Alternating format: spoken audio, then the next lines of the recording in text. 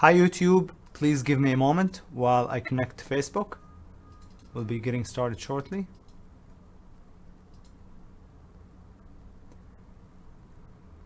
And we should be live on Facebook. Hi everybody, welcome to today's video. I am Sami Abu Saad, Director of Education at T3 Live. Hope you're doing well, enjoying the holiday weekend.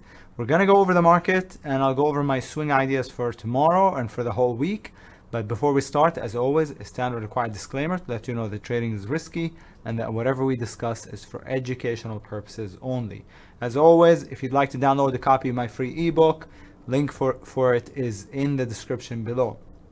And if you find benefit in today's video and you'd like to help support our channel, be sure to subscribe, hit the like button, and comment in the comment section below.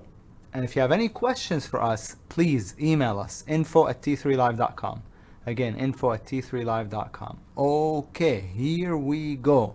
So I have here a list of ideas that I like, bullish and bearish, but in the description of the video, I posted a much more extensive list that I will be using for the entire week.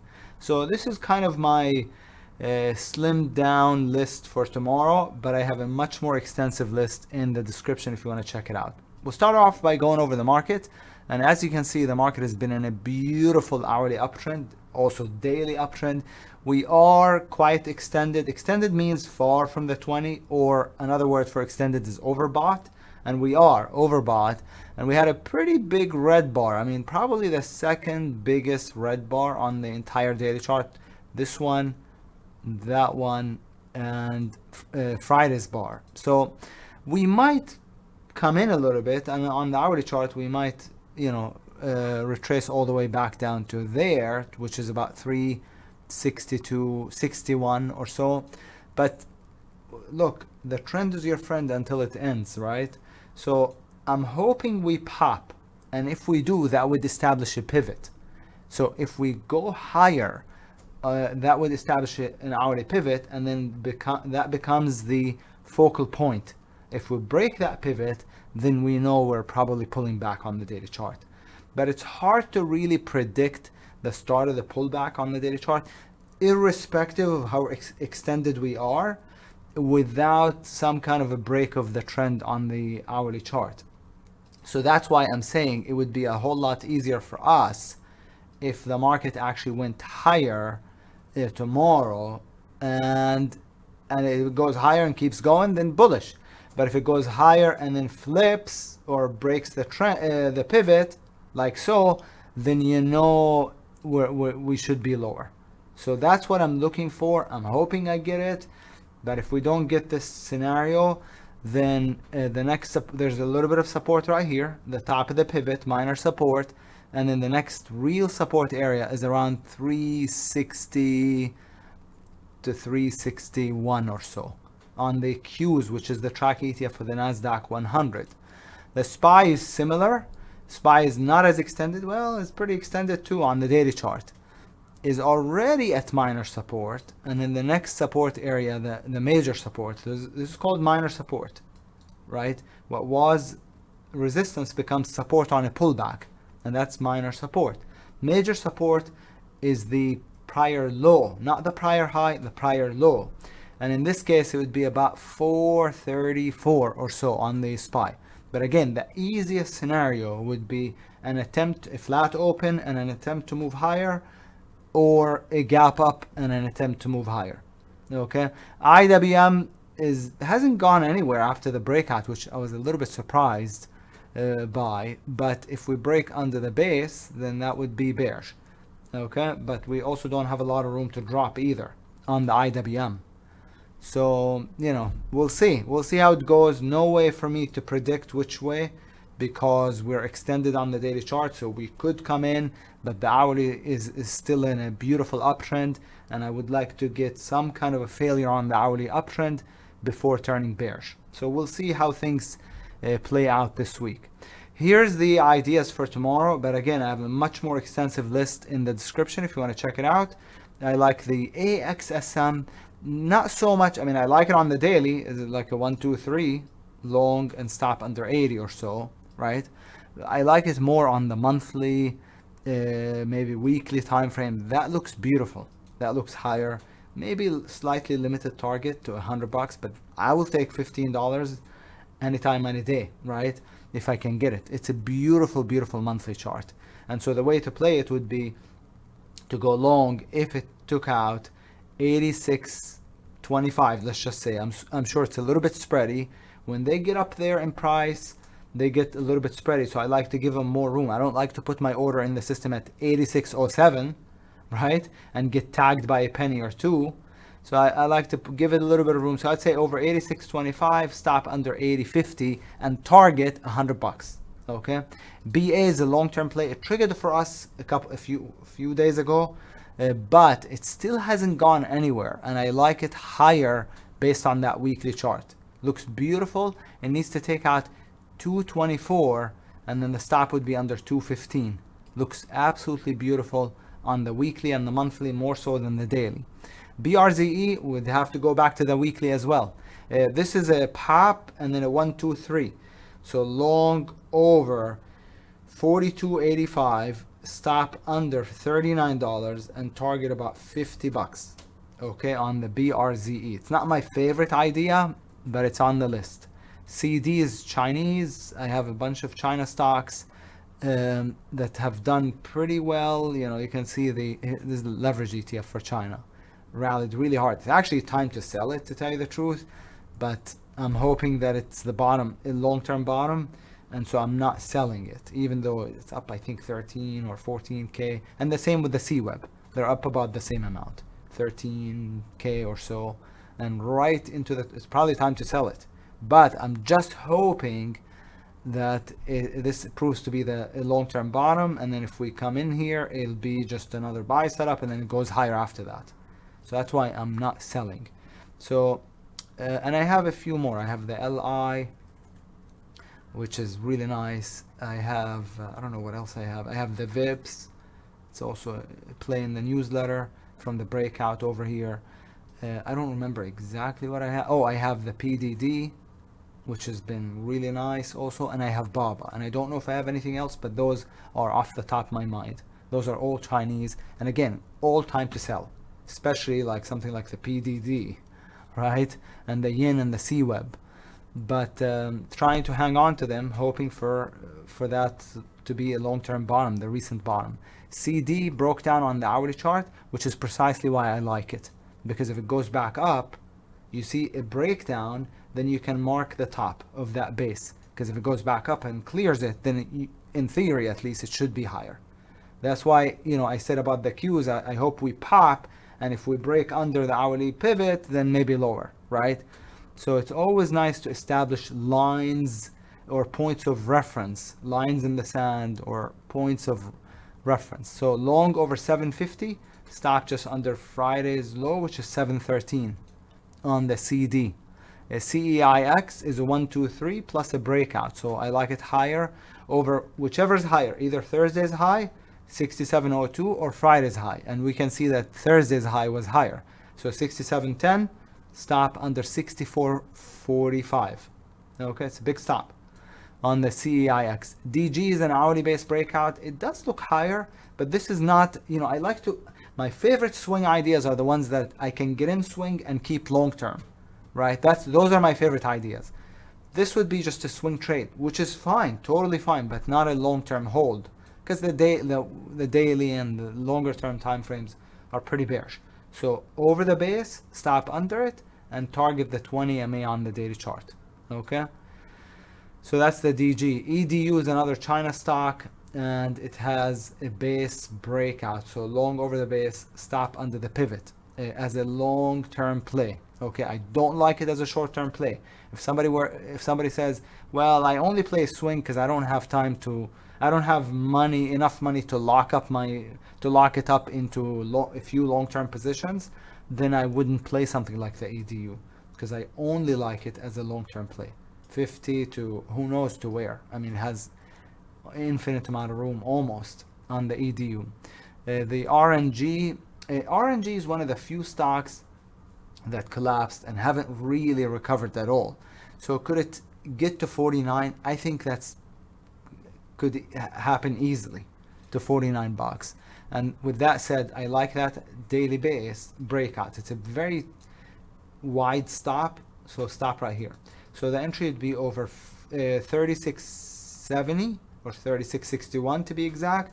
Stop under 32.60, and target is about 49 or 50 bucks. On the RNG, Snapchat is not very different actually, but probably not as good. It has a 1, 2, 3, so one can play it over 1084, stop 1042, under 1042, or safer would be to put the stop right here. And Snapchat, another one that fell apart and hasn't really rallied much at all. So if it can just get bought, then it can easily double too, right? If it gets bought, so the target has room to 16 bucks on the Snapchat. And AT&T, like a lot. I had a call on it on Friday already, but it didn't trigger. I like it over 615. Notice how it double topped 16, I mean 1613, 1613, right? So over 1615, let's just say, stop under 1568, okay? And target minimum 17, maybe 18, maybe long term also. At current prices, the yield on AT&T is 7%. So as a long term play, if it ends up working, that would be pretty nice. 7% interest, or yield.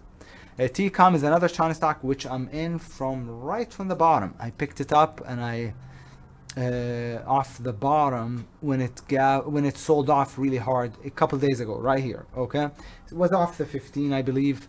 So if we were to go to the 15-minute chart real quick, this is where I picked it up, long stop, and I held it because I expected it to get bought since it was selling off on the daily chart right into support.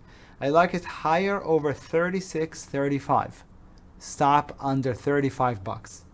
Okay, as a longer term play as well. Twilio, I thought I went over the Twilio, didn't I? I could have sworn I've gone over the Twilio. Twilio, oh, I went over the ring. Yeah, the ring and the Twilio look alike. So Twilio looks higher over 69.80, call it 70. Stop under 62.93. Big stop, long-term play. Notice how the Twilio bottomed, and sometimes they bottom after a gap, irrespective of how bearish the gap looks, because this looked like a pretty bearish gap down. Got bought, and from there, it bottomed. It went up 50%, basically, from 40 to 60, 50%. Uber is already an open position. Took it on the breakout, didn't go anywhere until Thursday, and now has a 1, 2, 3. So I like it higher over 43.75, stop under 42.50, but it's already an open position. USB has a transition A on the daily chart. It's an not oil. It's a it's a financial. It's a bank, and I like the banks higher. Long stop, so it's over 33.61, I think.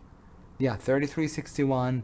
Stop under 31.50 and target. I would target the prior highs over here first, and then maybe 40 for target 2. Okay, so those are some ideas long. Here's some ideas short. Not as good of a list as is often the case. Here's the key, which is the weakest bank, or one of them for sure. Look at the hourly chart. So it's the triple bottom, and the break of the triple bottom here would be bearish. So short, stop on key. I don't love the daily because I think the daily has limited target only to like $9, but that gives you about 75 cents to work with. Okay, if it were to get down to $9. The NSTG, I guess it triggered as a 1, 2, 3 pattern already last week. It's not too late though, because it didn't go anywhere.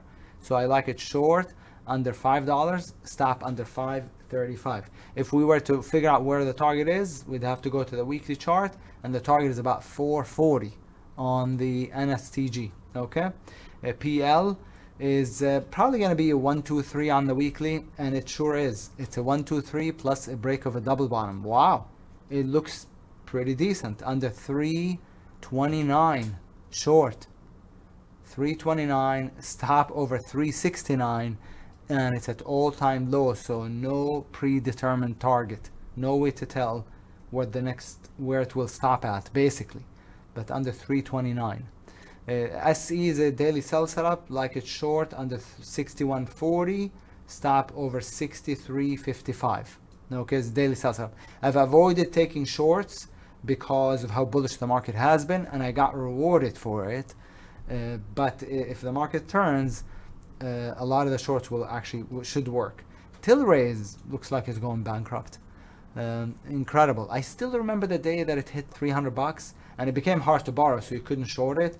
And then that day, see, $300, September 1st or sometime in September of 2018, and it just kept getting halted on the way down, because there's the the volatility halt. If the stock drops 10% or more in under 5 minutes, or in 5 minutes or less, it gets a 5-minute halt.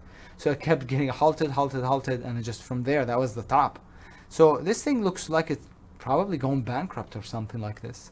It looks lower. I don't love the entry because we already have 3 red bars in a row. I like to enter short in the very first red bar or in the very first green bar, but it looks lower. Short, stop. Okay, on Tilray. UNFI had a bearish gap but got bought and now has a 1, 2, 3 on the weekly chart. Normally I like to play short under the low of bar 1 or bar 2, whichever is lower, but when bar 2, this bar last week, is much higher than the low of the first bar, then I just do it under this bar's low, stop above it, if I really liked it. If I really liked it. So in that case, the UNFI entry would be under 2020, stop over $22. And lastly is the WOOF, which is in a very bearish downtrend, as you can see on the weekly chart, and has a sell setup. So short under 847, stop over 905. So let's go back to the daily chart, double check. Yeah, it would be under this green bar's low, under 847, stop over 905, and target the prior lows or so. Okay, on the WOOF. And with that said, I want to thank you for sticking around till the end. Again, if you found benefit in today's video, please be sure to hit the like button and email us if you have any questions, info@t3live.com. I almost forgot to go over the Bitcoin. Bitcoin has a weekly buy setup that I like. I think Bitcoin, it may be just ready to start going back up. Okay, so it triggered already. It should have been over 26,750, but I would let this bar close. This is a weekly actually. Let's take a look at the daily real quick. Oops. Let's go back to Bitcoin and let's take a look at the daily first. The daily is a little bit messy, so it's a little bit difficult on the daily, but I'm thinking that it's bottoming, that it's probably gonna get a pop sometime this week.